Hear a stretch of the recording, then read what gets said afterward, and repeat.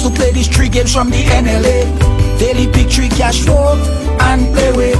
You will be supporting sports and culture, nation building and our future. So go out and play, folks, make it a must. You will see what the National Lottery is doing for us. When you play pick 3 cash flow and play with, the NLA will support you all the way. Starting September 30th, Monday to Friday, these 3 games will be drawn mid-morning, 9:45 a.m., midday, 12:45 p.m., and evenings, 7:45 p.m. The National Lotteries, supporting sports, culture, and nation building. Sunday Manite.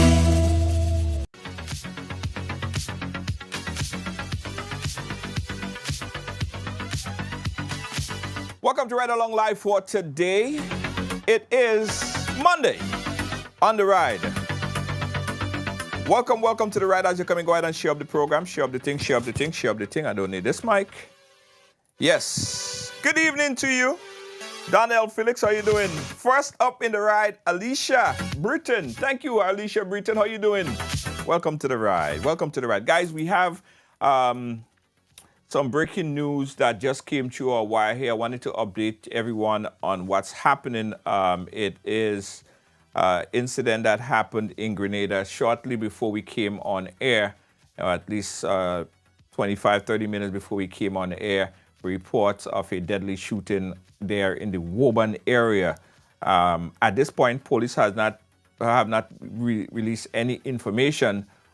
So we will not proceed to give out any additional information at this time. All we could report is that there is a confirmed shooting. Someone is suspected to be, well, not even, because we don't have that information either. But I did see folks sharing pictures on social media.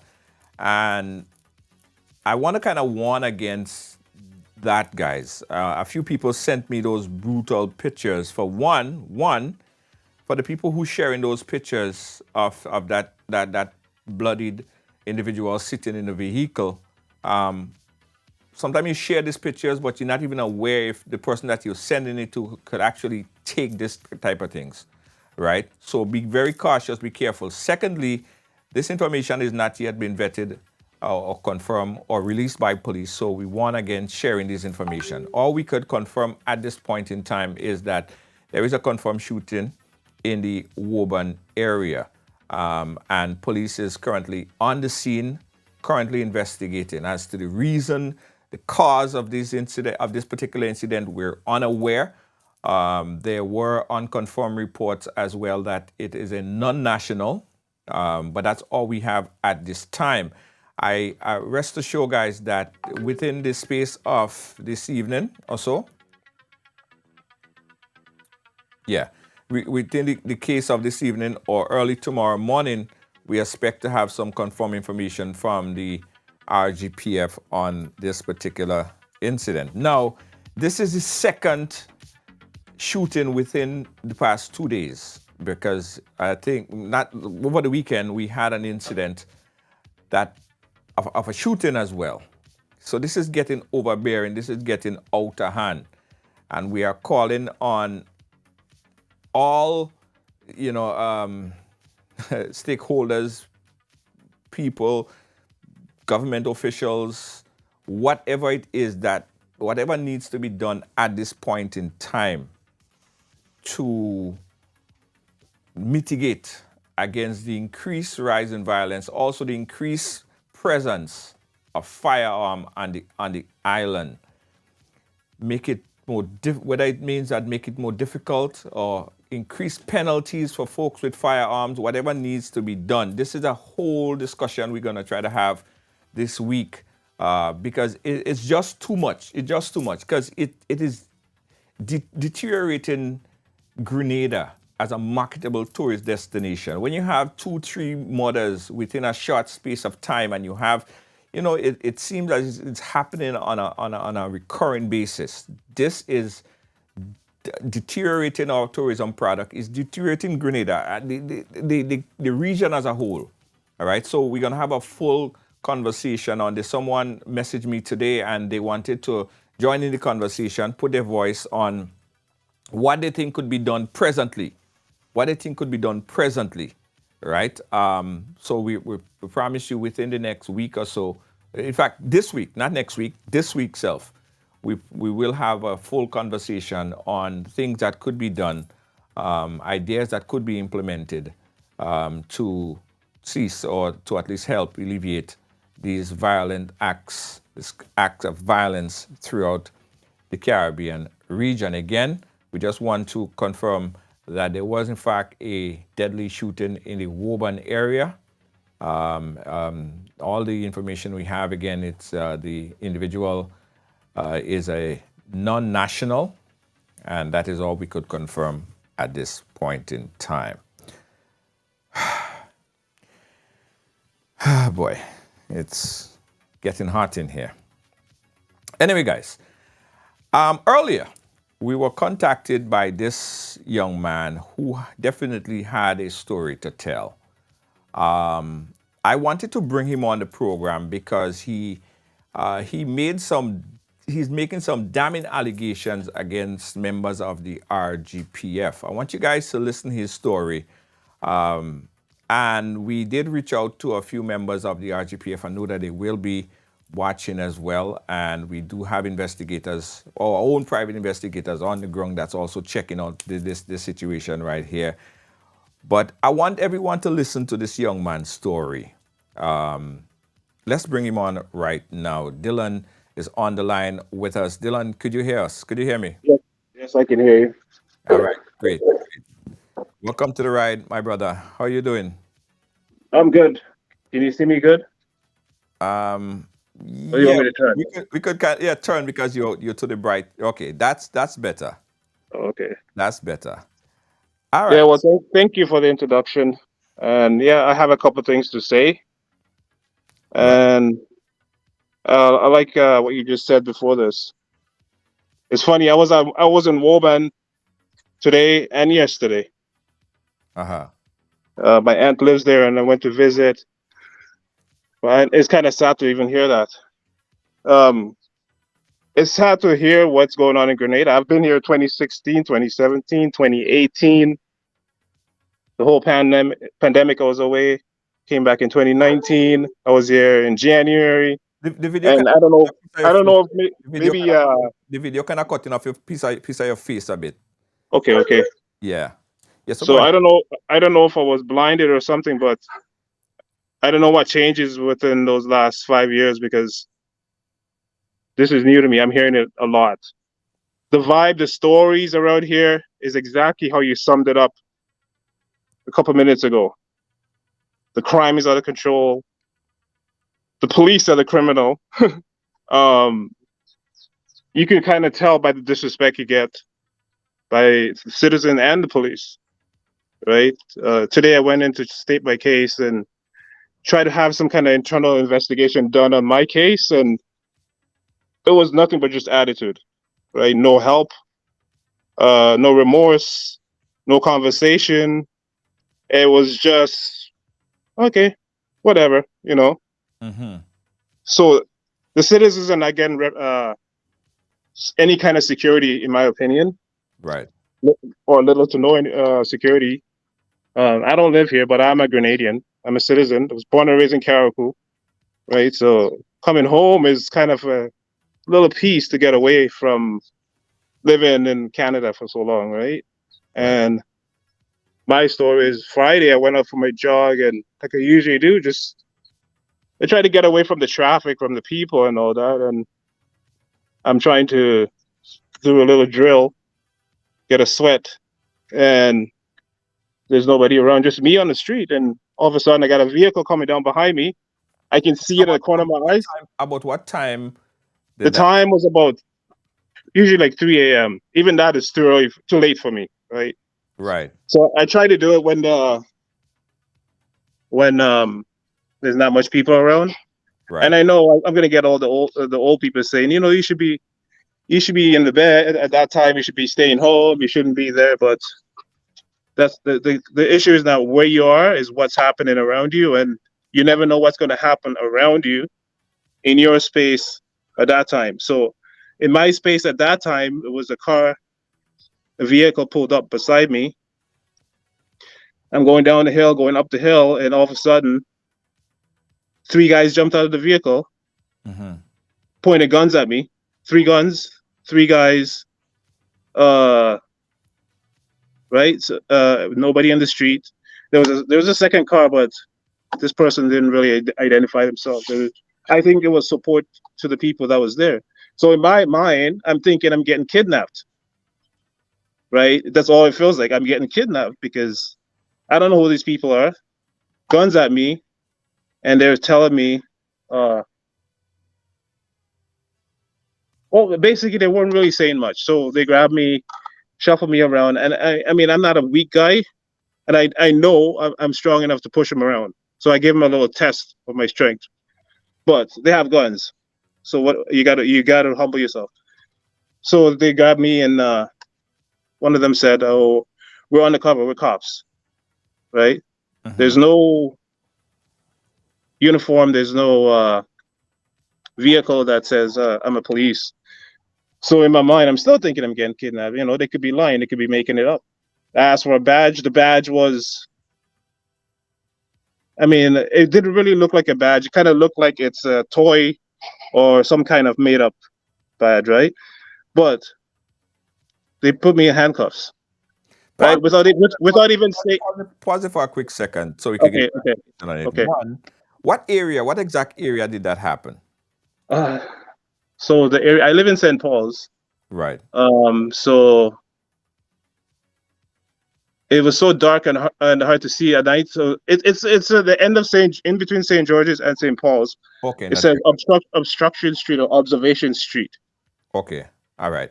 That's what I read. And when you say you push them around a bit, when you said that you know you're strong and you kind of push them around a bit, how excessive was that? Oh, it wasn't that much. There's 3 guys holding me. So picture 3 guys, about my size. So you're not gonna. At that time, your adrenaline is pumping. You don't know. You're not just gonna roll over and die. You got self-defense comes in. Self-protection comes in, right? So shuffling them around is like kind of feeling what their strength is like in case you have to use it. That's what I meant. Right. And did they when they point the gun at you, did they identify themselves as police then? No. That's why I thought it was just going to be a kidnapping. So when they pointed the gun at you, what did they say? What was they say? So I don't really remember, but I think they were pretty much pointing the gun, jumped out, pointing the gun, stop. Yeah, like that. So when they really said they were police is like when they grabbed me, and I still didn't believe. So I go, "Let me see your badge," and that's where they showed me a badge. It didn't really look like a police badge, so I don't really know what a Grenada police badge looked like. Right. So one guy showed the badge, one cop. Right. So like I said, I'm still thinking I'm getting dragged, pulled. Something is happening, right? I had nothing on me really, just a drink, water bottle, a little tiny flashlight in my pocket, and my keys in my hand. Okay. So they pulled you. At the point in time, you felt like as if you've been kidnapped by 3 guys. Yeah, because they're kind of dragging me towards the car. Right. To the open door. Yeah. So they drag you in the car. They put you in the car. What happened after? Then they said, "You come with me. We're undercover. We're SSU Special Service Unit or something like that." Can you hear me? See me? Yeah, I could see you. Yeah, I could see you still. And okay, I was like, undercover. Maybe they are undercover because they had handcuffs. They put it on. And that was it. Then they drove about 5 minutes down the hill towards a small police station in St. George's here. Right. So that's it says that there's a police station. Let's talk about that from the time they put you in that car, that 5 minutes drive to the police station. Um, what was the conversation like? Did they talk to you? Did they tell you anything? Did they say what they was looking for They somebody? said you're running from the police. That was the only justification they were giving me. Why they come in contact with me? They say you're running from the police, Huh. right? But I was running before they showed up. I was running, doing my exercise. I was sweaty, right? In my opinion, these guys are just. I mean, honestly, I believe they're gonna lie and say we were looking for somebody in the area. Where it could be true, it could not be true. But if you would have identified yourself and asked a question, say this is who I am, right? You don't aim your guns at people. I mean, there's three of you in a vehicle and then one of me on the street, minding my business, coming from behind me. So the professionalism, and that's I'm being nice right now because I shouldn't be being nice. I Right. think it's because I'm a nice guy, and I'm trying to see two sides, right? I'm actually pissed. I'm pissed because this shit happened to me before, right? In Canada, Right. same shit, Yeah. same shit. Um, I had to go through the whole system of internal investigation to prove that somebody came into my space at my time, misjudged, misunderstood, right? The same thing. So in my mind, which I'm not even over yet, it's probably 4 years ago this happened. Right. Um, So this but happened. Something similar happened to you back in Canada. yes, Right. Okay. So you're in Grenada, of course. You don't expect something like that to happen. no, you feel a little freed up because you're home, Right. right? You feel yeah, a little bit, and that's what I'm saying. I don't know what happened in the last 5 years, but I'm hearing a lot of your introduction about the crimes and the killing and um, the injustice and all that stuff that's happening. Grenada is kind of like out of control right now with this. Yeah. It's a buzz around here, right? Talking to the neighbor, I had my aunt in Woburn. This news got to her. She's 80 years old, calling me, worried. Of course, she's an old lady, and she's telling me about what's happening in her neighborhood. Mm-hmm. And then you mentioned about Woburn, and I thought of her again. I'll talk to her tomorrow, but this issue is bigger than me. It's beyond me. It's bigger than me. Right. And I wanted to come on here to talk to you about something's got to be done, man. I mean, I know what I'm gonna do, but about the locals, about the citizens, about the people that that get this kind of abuse all the time. And I don't think the abuse is coming from locals. I think it's coming from law enforcement Mm-hmm. and the abuse of power. It's something that's happening all over the world, but Right. a place like Grenada, they need to get that under control because it will spiral. We'll definitely talk more about that. But I want to get Yeah, yeah. right. You want to get to my story? Yeah. So you got into they put you into the car while transporting you. They spoke to you briefly. They brought you into the police station. What happened when you got to the police station? So what happened? I got in, still in cuffs. I sat on a couch and there was somebody behind the glass who does he takes your information and kind of takes a brief story. So the question that was asking, it was trying to get my identity, figure out where I'm from, my address, all that kind of stuff. And about the reason, it was a bunch of excuses. You Mhm. try to run from the cops. They even said like this can happen at this time. There's criminals at this time, but I said you guys are pretty much the criminals because three people point a gun at you at 3:30 in the morning. There's nobody around but you. You guys are the criminals. I kind of give them a lesson because that's how I am. Mhm. You have to hear a lesson from me. Plus, I'm in handcuffs. What more do you want? Mhm.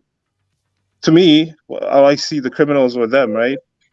So being there was just about, oh, so they use a facial recognition app, Mhm. right? Where they take your phone and you put your face in the app. I don't know much about that, but I think it's something new. They're trying to figure out who this person is. If you are a criminal and matches their database, Right. that's my guess. But obviously, I don't live here, so I wouldn't be in that database. So the whole time in there was nothing but questioning my identity and who I am, why am I there, and yeah, that was it. Right. Right. And did they officially book you? Did they release you? Did they put you away for a while? What happened after? So they got the information about my identity, and I guess they had um, nothing else, so they just let me go. Right. And you said that happened on Friday, right? Yeah, Friday night. So Friday. that'll be, yeah, Friday night. Right, right, right, right. Well, I mean, very unfortunate that anything like that would happen to anybody. But what we've seen and what we continue to see is a whole set of situations. Like on Friday, I believe there was a shooting in the St. Paul's area. This happened in the St. Paul's area, right? Yes. A shooting in the St. Paul's area. It could have been that the police was on high alert. I don't know. I don't know the whole story. Did they tell you anything as a shooting that occurred in the area, and you probably resemble somebody who might look like whom they might be looking? Um, no, they just said there's a lot. Uh, the only thing that they said was, I go, so what is the chances of a guy exercising with a water bottle in a hand, you know, up to no good, being a criminal? And then they said, well, there's a lot happening. They didn't point to any incident, but that's just what they suggested. There's a lot happening around. Yeah, Right? yeah. I mean, again, it's very unfortunate. So you went through the process. They tried to get your information. Of course, they couldn't figure you out on the facial recognition software. They then released you. Did they offer you an apology? What was the Yeah, it was a little tiny apology. Yeah, the main guy that was in charge. right? Um, yeah, Right. but sometimes apology is just an apology. You know, I left the building. I don't even know where I don't really know Grenada. I'm from Carriacou, Right. so I can walk around Carriacou with my eyes closed. So I left the building and found my way because I drove to that hill. I parked on the hill. They didn't know that, so I just didn't they didn't have to know that. Right. Right. So I was going up and down where my car was, so I can get into the car and then take off. Because when I do go this late, I think of safety for sure, and I think if I'm walking all St. Paul's, um, something can be right. So I just wanted a minimum limited amount of space with that hill. That was my. That's why I chose that one. Right. Right. So after that incident occurred, they offer you an apology. You left. Did you engage with any one of the officers? Did you get to find out who the officers were? Any information about the officers that pulled guns on you? Well, during the time, I was nothing else to do because I'm sitting in handcuffs. So there's a young guy, young cop, the only guy who showed his ID. So I questioned him, how old are you? Maybe about 25, 26, just to lighten the mood, right? And I kind of warned him, I was like, if you under this direction of this superior, you heading downhill for destruction because this guy, his superior was not professional. His superior was very cocky and arrogant.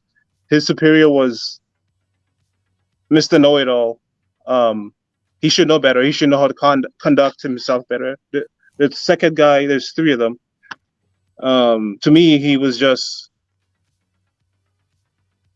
I missed the yes guy, guy. But the young guy didn't respond because his boss said, "Don't talk to me, don't respond." Mm. But I wanted to hit the kid because he's young and he seems like he was eager to he was kind of embarrassed, really. I think he was embarrassed. The conversation with the corporal, he was just too arrogant and cocky to even have a normal conversation. And I stated the fact I'm older than all of them. I'm almost 50 years old. These guys, one like 25, maybe 35 to maybe 40, no more. Right. Right. So I just took the role of just trying to figure out what really is going on, but a lot of time it wasn't transpiring because, like I said, very arrogant and cocky, and yeah. Right. During the time you was in the custody of the police, did they abuse you? Did they hit you? Did they? No, No, nothing no. like that. Verbally. As far as like grabbing me on the street and shoving me in the vehicle, right? Because that's what I'm saying. Like that's what it felt a kidnap would feel like. Right. Right. Not having a conversation with me, just guns pointed instantly, grabbing you and shoving you in the vehicle. Right. Like I don't understand what kind of system this is. I don't get it because I don't think in any world, any country, like this should be, especially coming from a senior guy. Like it was unbelievable. It was thinking about it sometimes, just like wow. Right. I guess they feel superior because they had the guns or something. I don't know what the train of thought was, but it's not the way to conduct any kind of police activity out there. It's just wrong. Right. And this is why I'm not going to stop talking about this. I'm not going to stop. I guess I naturally become an advocate now because there's a lot of young people who's going to go through this. Like a lot of people who are not as lucky as me, who will probably end up getting dead and slaughtered, and now the family or parents and loved ones is going to wonder why didn't these old heads stop it before? You know what I mean? Like people like us, Right. make a stand or something, right? Speak on it. And then talking about it is just a start, right? Yeah. Let me update everyone who's watching. If you just came on the live here, we're speaking to Mr. Dillon here, and he's saying he was out at about 3:30 a.m. in the morning trying to get a little sweat running, right, in St. Paul's, General St. Paul's area, right there, last Friday. And he was picked up by police officers, 3 police officers who aimed a gun at him, picked him up, and put him in the car. And he thought for the whole time that he was being kidnapped. He wasn't sure that it was police officers. At first, his claim is that they never identified themselves as police officers. So he was unsure. Up until that point, he still felt like he was being kidnapped. So he was put in the car. Later, he asked, and they told him that there was police officers, but that was quite after. There was police officers. One of the police officers showed him a badge, and he don't know what the Grenada badge looked like. His claim is that it looked more like a Mickey Mouse something to him, based on. Anyway, he was then taken to the police station. Well, I guess by then he started to realize, well, yeah, it probably would be a police officers because I'm now in the police station. Taken into the police station, and they were trying to identify him at this point with a facial recognition software. That didn't work. They later found out who he was, and he was then released. He was released and given an apology because he was innocent of whatever alleged crime that they deemed him to have been committed. What we do know, guys, is around that time, on that Friday, I believe Friday, Saturday, there was an incident involving a young man who was shot in the St. Paul's area. Now, I don't know if that was as a reaction a knee-jerk reaction to what happened there and they was on pursuit, I don't know. I guess the police would respond to it. Nevertheless, the young man is claiming that he was treated as if he was a criminal in his own country. Now, he is from Grenada, but he lives abroad, right? So when he come home, the last thing that he expect is to be treated that way, especially knowing that something similar happened to him back in Canada. Tell us about what happened in Canada. So the similar incident was I like going to the gym early. So I left my house, went to the gym. It's thinking back is just so funny because I went straight to the gym and got on the machine and forgot my drinking water, went back to my car, which is like 10 steps from the car door. I'm sorry, from the gym door. Then I went to my driver's side and looking for my water, and then all of a sudden, four cops this time came from behind the building, grabbed me, handcuffed me, and and put me in the car and said that I fit the description of a guy they're looking for. Uh-huh. So I have to go through the same old process. Well, that time, they said that there's a guy. The area I live in there's not much black people. Right. Very rare you see. Sometimes you see a black person every 3 weeks, one person. So the chances of that happening was, I could tell, was BS. Right. So apparently the guy that they were looking for, they told me his name. They used the software on me. Same thing. Wow. There was one other person in the gym. So I had my license, my whole gym bag inside the gym because it's a 24-hour gym, so I have a fob to get in. So for me to identify myself, I had to get back into the gym to get all my information. So I'm sitting in the car handcuffed again. So when they searched my car, right? They're not supposed to. They searched my car looking for information. Found nothing. They found my insurance, I guess, with my name. Matches the name I told them. Then when they found zero things, I had to let them into the gym because I held the key to the fob. I'm into the gym, right? Handcuffs. So I'm handcuffed walking. It's sometimes it's like, man. It's like a replica of the same thing. It's like, you know when something's happening to you and you think you're in the twilight zone and you have no control over it. Right. You know, because the handcuff is a protection for these guys and their guns, right? And that's how they get their strength. So I had to go into the gym to get my ID and all that. And they can tell, like, the guy, it could be a made up story, it could be a lie, could be, I even thought maybe somebody at the gym, the neighbor didn't like me and probably called them. But the fact that they were outside within seconds, right. Like, it seems like they were waiting. But anyways, with that story, I identify myself. They were wrong again. I had to go through the process of filing a claim on these 4 guys. I had, I did the whole process, but right. all it is cops investigating cops. Right. Right. They all work together. They all cover each other. So I didn't expect anything. Yeah. Yeah. Same old thing. I had a measly apology, and I even got a job offer. Wow. Wow. The internal investigator said that, you are a problem solver, well spoken. You ever thought of becoming a cop? I laughed so hard, man. But I don't even know why I saw the compliment in that, but I know the system of cops, and I know police force in general was not created for black people, for black men, for especially black men.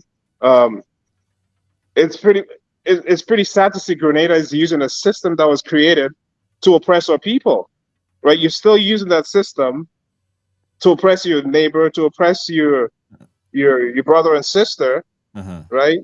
I'm not saying that it's going to happen overnight, but But but you but, know, but let me ask you let me ask you something. I mean, you don't necessarily you wouldn't necessarily stand out in Grenada because you are a black person just like myself or most. that's what I thought. That's what I thought, man. Why do You you be think you were isolated, or do you think that you were isolated, and why?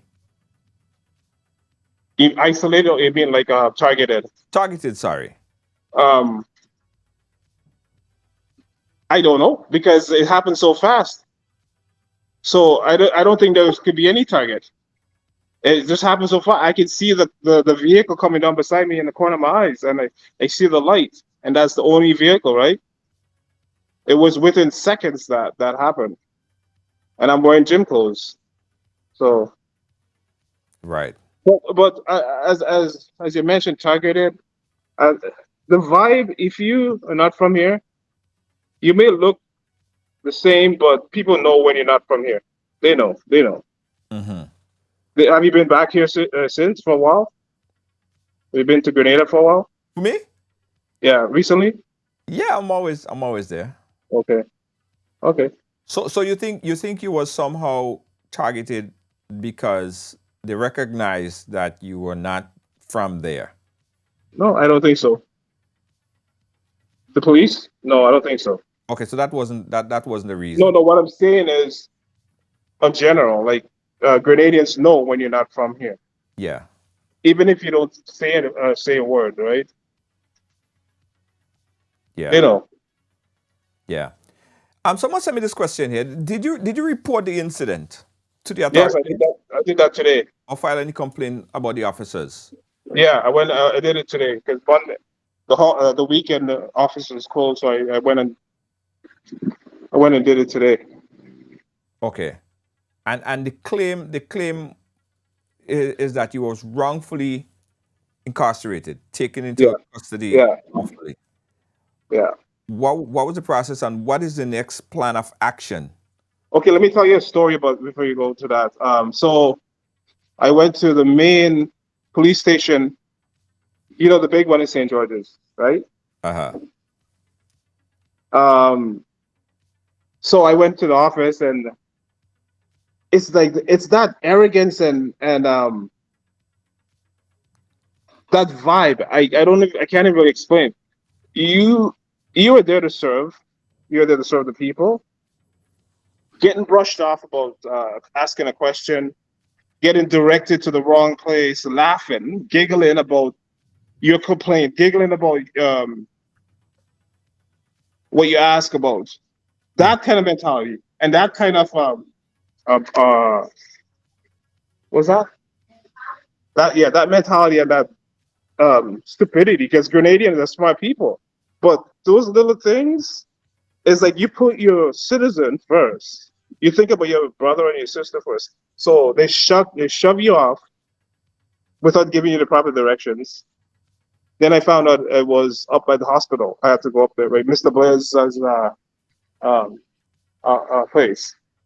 So I went up, and even in that office, it was, oh, we don't really care. You know, you can you can forward me your what you wrote, and then you can sign it. But the help wasn't even there. You know, like it's like they don't really want to do an investigation. I left there without getting any clarity, any answer. They're not going to do anything. So you're on your own. You pretty much have to take a legal stance with this. Um, I don't know. I'm jumping to conclusions. I'm just hoping to hear back from them Right. because they said they'll get back to me, compare stories, and at the end, she asked me, "So, what do you want to hear about? Or what kind of outcome do you want?" Right. So, I mean, that's a weird question because you are there to represent the people and do an internal investigation about your police officer, right? So you should have a system and a list of things that you come back with, right? So she's asking me, what do I want? That was confusing. I need to know. I need to know what the police report stated. I need to compare my story with their story. I need you to do an investigation on your officer. Like, isn't that basic um, relations? Like that's what they're for, right? I don't really know what they're for. It doesn't make sense. Right. Have you considered or are you considering legal action? Yeah, You are. because it's not going to go anywhere. This is just going to be a run around like the last time, and it's not going to happen again. Like I'm not. I have no faith in the law, no faith in police force, no faith in the system. Right? I don't think the world does. If you do, you're stupid. Police are here for themselves, and they're here for corporations. They're here for the money. They're here for property, right? They're here for. They're not here for the people. Just to serve and protect. Come on, that's just a saying, right? So We all know that. let me ask you a question. Let's do a hypothetical. If it was in fact an incident where there were in fact a shooting on that day, Okay. and police was investigating to find out, they're on high alert. Do you think that their action would then justify the means of them picking up people because they may be in a specific place at a specific time of an incident? Would that justify it for you if that was in fact the reason given by the police?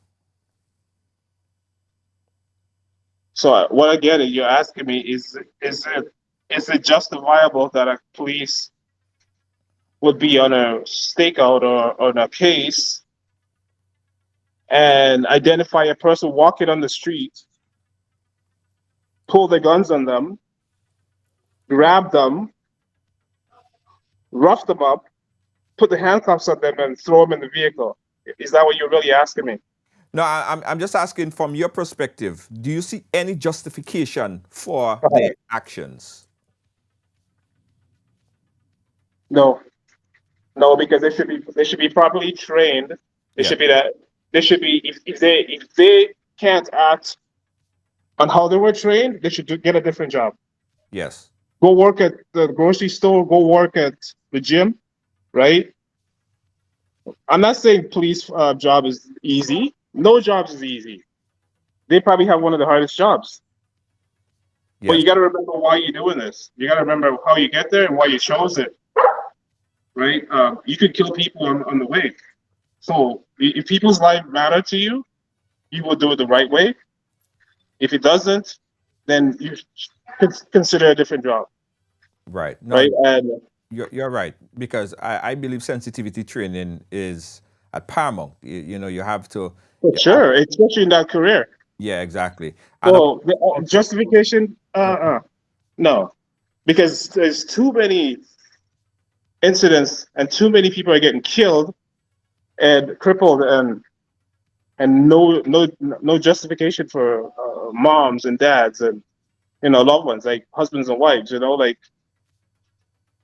Like it's just no. right, right. I was also told that the incident in question didn't happen on Friday. It happened on Saturday, which was a day after. So there probably would have been no heightened alert at this time, right? Because I was just reliable told by my producer that the incident Who happened. told you? Who told you that? We were told that no, not your incident, not your incident. There was a shooting incident that happened on Saturday, not your On incident. Saturday. Okay, okay. Yeah. So I'm saying if it did happen on Friday, nothing could justify the police treating you that way. Are you hearing me? Yes, yes. No, I lost you. I lost you. Your internet. Probably need to jump out and come back in. All right. All right. He's gonna jump out and come back in, guys. Well, I'm here. You back? No, I think it. I'm hearing myself in an echo. I don't know if you got a call or something. Yes, I had a call. Yeah. So just jump out and come back in. He's gonna fix it. Okay. All right. All right, guys, we're gonna open up the phone lines. We're gonna open up the phone lines right now. For those of you who want to call in, this is the opportunity to call in right now. 718-701-5720. We're talking to this brother who felt that he was taken advantage of by undercover police officers who came up on him, didn't initially identify themselves to him. He felt that he was mistreated. They pulled guns at him, right? They pulled guns at him for no apparent reason, as far as he's saying. There was no reason for them to treat him that way, right? And the confusion that he's going through, because of course he's a Grenadian, he's in his homeland. He's not expecting to have that in his homeland, right? And what's even worse in his case is that he experienced something similar back in Canada. So he's like, I'm home. This is not supposed to happen to me, especially when I'm home. So the confusion and the frustration you could imagine. But when we prompted this program, I got a message actually from someone who said that, funny enough, they experienced something similar. So I'm not sure if it's a thread, it's something that is going on. I am not sure. So let me open up the phone lines right now. Let's take your call, 718-701-5720. Guys, let us talk about this. Let me know what's your thoughts about this. All right. You could call me on WhatsApp or you could call straight. Again, the number is 718-701-5720. This young man was, as he said, he felt that he was wrongly incarcerated last Friday by 3 police officers who took him in handcuffs, pointed guns at him. All right, we're back. He's back. You there? You hearing me? Sorry about that. It's a call. I don't know if am I okay? Okay, now I'm not hearing the echo. I thought I was hearing the echo, but I'm not. Oh, we lost you again. You there? I'm here. Yeah. Yeah. If you get a call, what happens is it sometimes mess up the audio synchronization. Yeah. So you just got a call again. Okay, I gotta restart this again. Okay, I gotta come up. How about now? Yeah. I think I'm hearing you better now. Okay. Right. Okay. So yeah, I was saying someone had messaged and they said that there's some they experienced something similar. But let me find out from you. Have you taken any precaution or change your routine following the incident? Yes, I did. Yeah, a little bit. But that wouldn't last too long because exercising at that time is my peace, is my therapy, and it's kind of like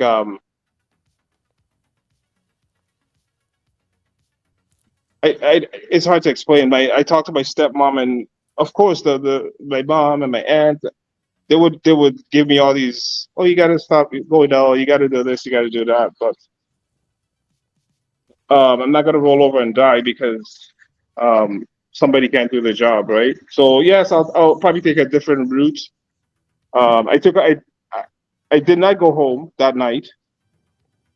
I drove over to a little bit above Grand Anse by BBC Beach. Even there, I heard a story about there, but it was a nice, quiet road, and I finished. Today, I did my walk. I stayed closer to home, but it's affecting me. But what's going to affect me more is not getting that endorphins and like your happy place. Yes. You know what I mean?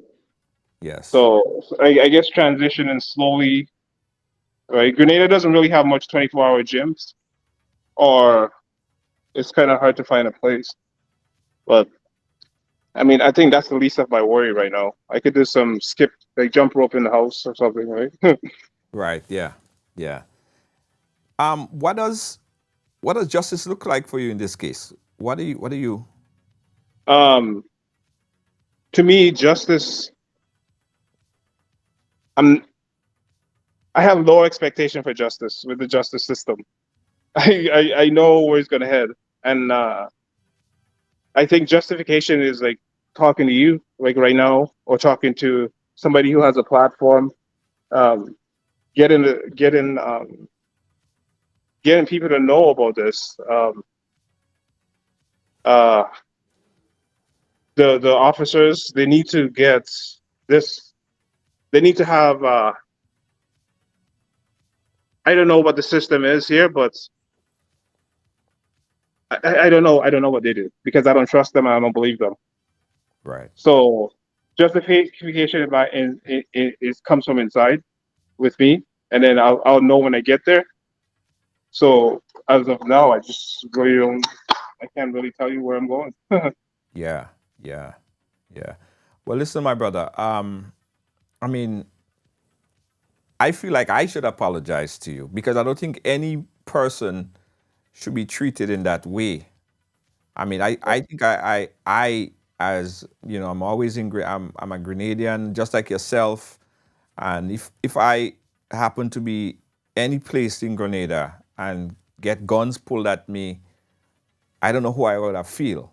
I would be upset. I would be Well, yeah. it's just going to be a crazy situation for me. I don't know how I would deal with it I'll because tell you. the I'll tell last you this. that would happen to me. Okay. Before you finish up, Yeah. I was in Trinidad a lot within the last 6 years, at least 5 times, because my dad lives in Trinidad and Grenada. So when I'm there, everybody says, "Don't go out, don't go out, don't you can't go there, you can't go here." And I still did go to the gym at 2, 3 o'clock in the morning. I still went out, and I was pushing it because I hear the vibe of a Trinidad, right? But coming home and it just took a blindside for me because I just never expected Grenada to be what people are telling me about Trinidad all my life. But the Or truth and the fact is, that's not widespread. Eh? I mean, I I could don't. attest to that because I don't be in Grenada and I don't walk around all the time. Hmm. It's not widespread. It's isolated. It happened, Hmm. right? Hmm. But I don't want to give the world the impression that you have to be on your heels and toes when you come to the island because it's really not that place. It's Hmm. really not that type of place. I walk around all over the place by Hmm. myself sometimes, Yeah, right? that's why that's what I do. Yes, yes, So I don't know what's going on. Like I said, isolated could be the word. And yeah, and for it not to be isolated, the people who really cares about the citizen and the law should speak on it, should make a difference. They should take the step and make it better because you can't keep something like that isolated for so long because people are going to be dying and injustice going to happen. So somebody's going to come from who knows, like some crazy celebrity is going to come and just make Grenada looks like an idiot because they went through the same shit. Like, we're all black people in this world. The world sees you as a black man, and I keep saying black because Grenada is a predominantly black nation, and you as a black man knows what it's like to walk in a black man's shoes. It's different. Yes, you're a man, but to be a black man is different. Would you agree? It's a different thing. no, you're right.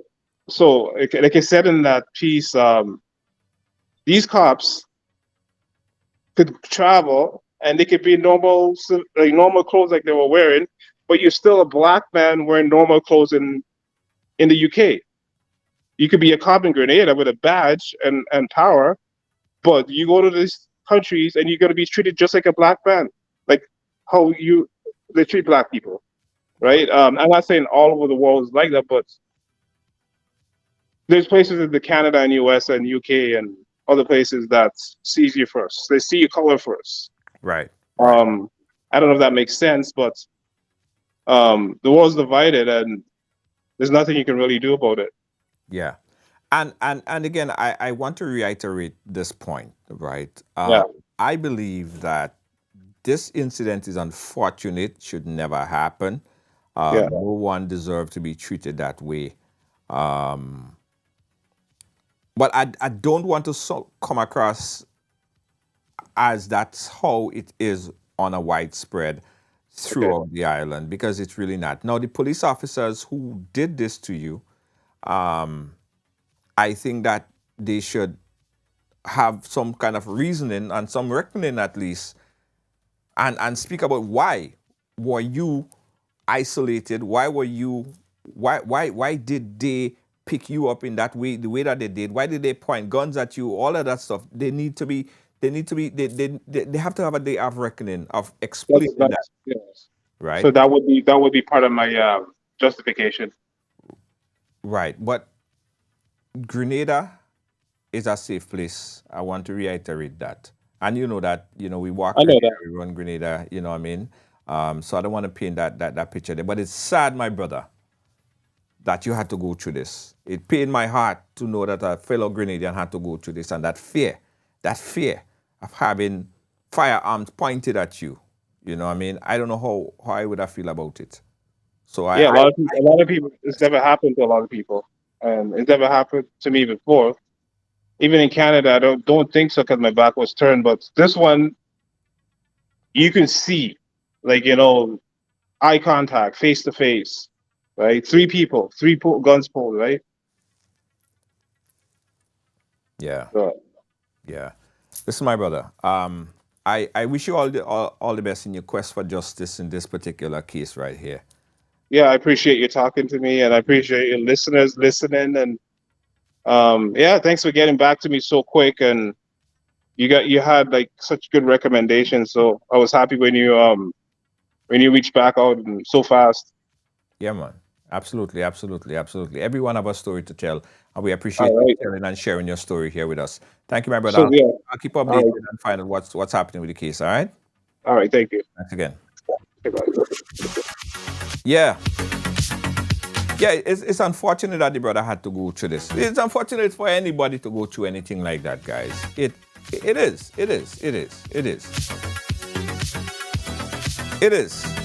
And as isolated as it seemed, I think one is too much. Sometimes they are bad in every bunch, right?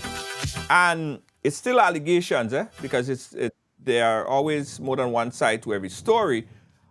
But they are always bad in every bunch. In every bunch, they are bad. They are good teachers, they are bad teachers. They are they're good police officers, they're good police officers. Just need to, if police officers know of bad police officers in a bunch, they know that it's making them look bad. Because one bad apple spoil the whole bunch. If that is the case, guys, should never happen that way.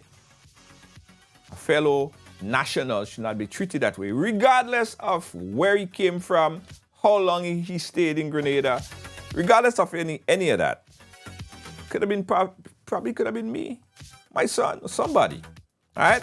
But we anticipate that we'll get some word from the RGPF on this. I did, in fact, earlier today, send the information off to Mr. Vanny Corwin, and he's very active, and he is responding, and he responded, and I expect him to get back with some further response onto this particular case. How could this thing happen? And to get a understanding from the RGPF perspective. And as you know, Vanny Cohen is on the ball all the time. Thank you, Mr. Vanny Cohen, for always affording us that opportunity to get some clarification on these issues. And we look forward to your clarification so we can have a better understanding, all right, on that. Guys, let's take a quick commercial break. When we come back, we're going to take some of your calls right here on the live, 718-701-5720. Let's know what's your thoughts. What are your thoughts? Be right back. Don't move.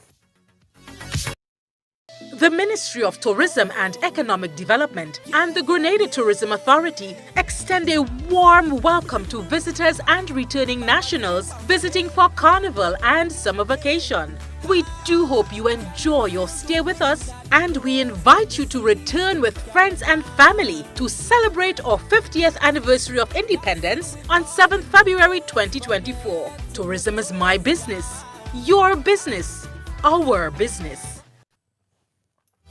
All right, guys, let's open up the phone lines right now. 718-701-5720. Let's know what's on your mind. what's your thoughts on this story right here? And for those of you who possibly, had something like that happen, or you probably have a family member, something like that happen, let's see what you got to say. Give you an opportunity to call in 718-701-5720. That's 718-701-5720. Okay, so Richard is saying that the police in Grenada has no damn training whatsoever. That's Richard. Eamon is saying it's very unfortunate. The guy is relating what happened to him, and people here have no reason to attack the man. This is his story. Yes, as I said, everyone have a story to tell. This is a safe space for everyone to share their story. All right, everyone have a story to tell. All right, remember that. Remember that. If you want to call in, guys, I'm still going to keep the phone lines open for 2 more minutes, so you could call in on the phone line, 718-701-5720. You could call in direct, or you could call in via WhatsApp. Put the number back up on the screen. This is it right there. It there right there. 718-701-5720.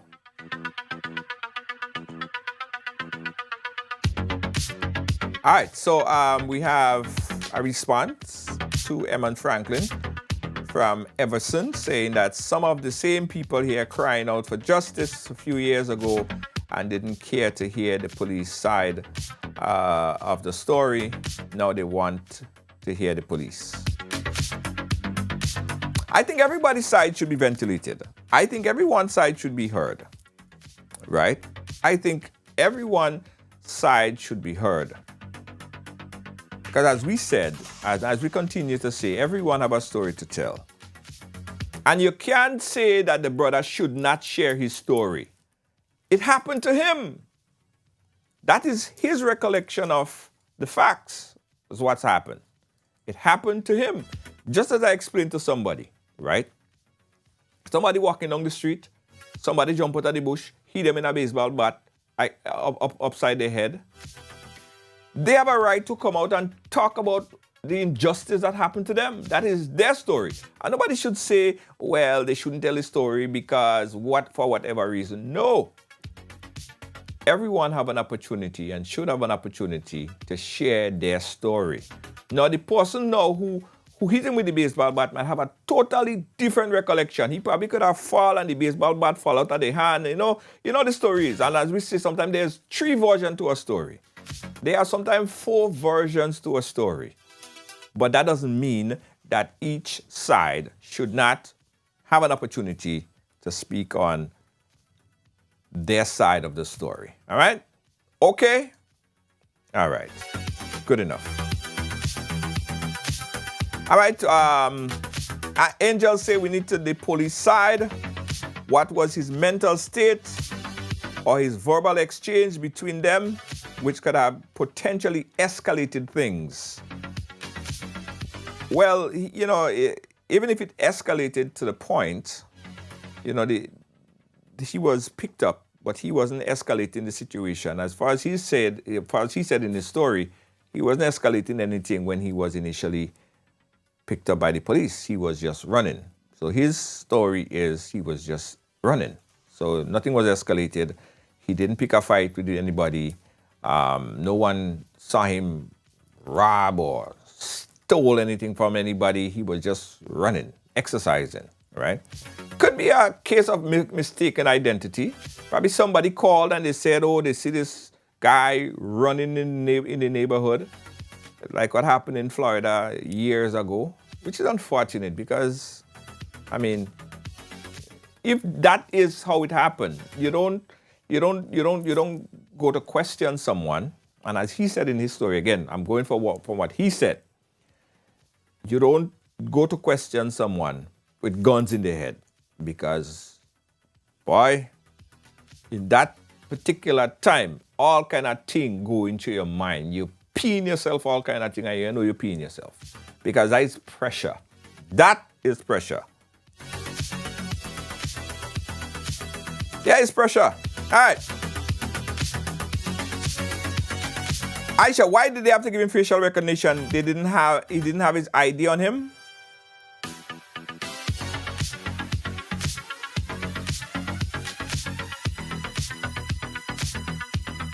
All right. Everson is saying there's no secret that the RGPF is poorly trained, poor attitude towards citizens, and have little to no repercussion for unbecoming behavior. That's a fact. That's Everson's statement.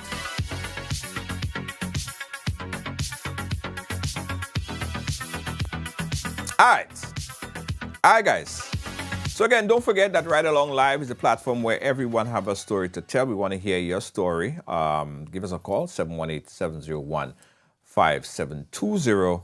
That's 718-701-5720. If you have a business or event and you want to advertise, promote on the platform, give us a call as well. Coming up, guys, in the next few months, Riders Immigration Services right here in New York, we are putting together the best of the best to provide the best immigration service to you right here in New York. We're talking about consular services. We're talking about help with filing and obtaining your green card. We are talking about filing help and support for refugee. We're talking about obtaining your citizenship and helping you fill out documents to do that. We're talking about adjustment of status. We are talking about immigration services right here in New York City. Best of the best, top of the line. That's coming very soon. Look out for that. Anyway, guys, we're going to continue to update you on the story that we spoke about at the top of the program, involving incident in Woburn. This is a developing story, right? This is a developing story, but we don't want to get ahead of it. All we could report at the moment is that we could confirm that it was in fact a shooting in that particular area. One man is confirmed to be dead. At the point, we had information that stated that the person in question is a non-national, however, residing in Grenada or is residing in Grenada over a period of time. But we're going to get some more information from the RGPF sometime in the night or early tomorrow. I will be able to keep you guys updated on that. Also, what I was saying earlier, guys, that this thing is getting out of hand. It's getting to the point where people are getting frightened. And Grenada is not that kind of place. People are getting frightened. There have to be a serious approach, a serious approach to deal with the excessive firearms that we see portraying. I don't know if it's excessive or if it's just excessively shown. Oftentimes, I get videos on WhatsApp from different, one of our independent investigators on the ground of people who sporting the firearm and they're not afraid, They have it in their status. They have it in their WhatsApp status. They don't care. They're showing it off. So there seem to be an increased number of firearms on the island. Not only in Grenada alone. We see a lot happening. We get a lot of reports from St. Vincent. We get a lot of reports from St. Lucia, Trinidad. We just getting it, man. It's straight across the region. So there have to be a different approach while dealing with firearm. Grenada don't manufacture no guns. Grenada don't make no guns. It's coming from the US. It's not coming from Canada. It's not coming from England. Certainly not coming from England. Because if you know how the thing's set up in England, not even the police in England have gun, right? So there need to be some sort of serious effort, and someone have to be an example to show that if you own a firearm, an unlicensed firearm, you could do almost life in prison. Because why you have an unlicensed firearm for? You go use it and you go take somebody's life. So if you have a firearm, you too should face the wrath, lifetime in prison. In some states, every bullet that they find is 5 years, You have 10 bullets, 50 years right there, lifetime for some people. They need to have some serious approach dealing with the excess firearm on the island. Longer jail term, and they have to make some of them an example, because it's affecting you, it's affecting me, it's affecting everybody. It's affecting every person. So we have to seriously do something, guys. I'm calling on the administration. Now, you take a bold approach. Take a bold approach, not a sit-down approach. You have to first establish that, yes, we have a problem. Because if you don't think that we have a problem, you ain't gonna feel the need to fix it, because there's no problem. Why are you fixing? The fact is, we have a problem. Let's move to fix and heal that problem before it becomes out of hand. Before it becomes so overwhelmingly out of hand, that it started drastically impact and affect our tourism sector. Right? So, serious action is needed. Thanks for watching, guys. Thanks for being a part of our program. This week, on Wednesday, I promise you, we're going to have a big conversation on obtaining your green card. We're also going to speak about a lot of people who trying to, travel to the US and Canada. The best ways to obtain a visa, what you need to put on that application, what you need to put, what you don't need to put. We have an expert in the field who's going to be right here on Wednesday telling us about consular services, how to obtain that visa, and how to be at least 90-something% that you're going to get that visa when you apply for it. We have that service. We have that person on the program on Wednesday. Don't miss it. Tomorrow, exciting story as well, but we'll deal with a conversation pertaining to dealing with the overwhelming unlicensed firearm on the island. That's going to be probably tomorrow. We'll keep you guys updated on that. Good night. Catch you tomorrow. On behalf of all of our production team here at Ridealong Live, our senior executive producer, Lois JJ, hardest working person in the whole team. I'm sweating. Thank you, and have a good night. Peace out.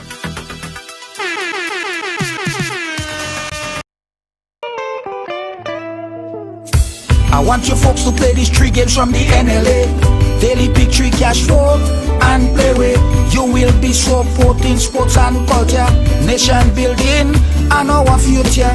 So go out and play, folks, make it a must. You will see what the National Lottery is doing for us.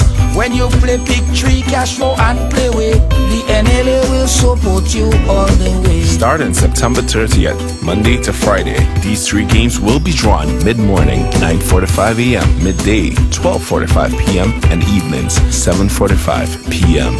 The National Lotteries, supporting sports, culture, and nation building. Sunday money day. Request, repay, repeat with Ariza's FlexiCredit Evergreen Loan Facility. Qualify for a FlexiCredit with limits up to $25,000 or use your home equity to qualify for more. Extra cash at your fingertips whenever you need it, accessed using your debit card and managed using AMI, Ariza's mobile internet experience app. FlexiCredit allows you the flexibility to top up to your approved limit any day, anytime. Already a member? Send us a WhatsApp on 423-4987. New members join today to apply. Request, repay, repeat. Use your FlexiCredit for vacations, shopping, wedding, general expenses, and more. Ariza loan terms and conditions apply. Ariza Credit Union. Your financial freedom, your future. The Ministry of Tourism and Economic Development and the Grenada Tourism Authority extend a warm welcome to visitors and returning nationals visiting for Carnival and summer vacation. We do hope you enjoy your stay with us, and we invite you to return with friends and family to celebrate our 50th anniversary of independence on 7th February 2024. Tourism is my business, your business, our business.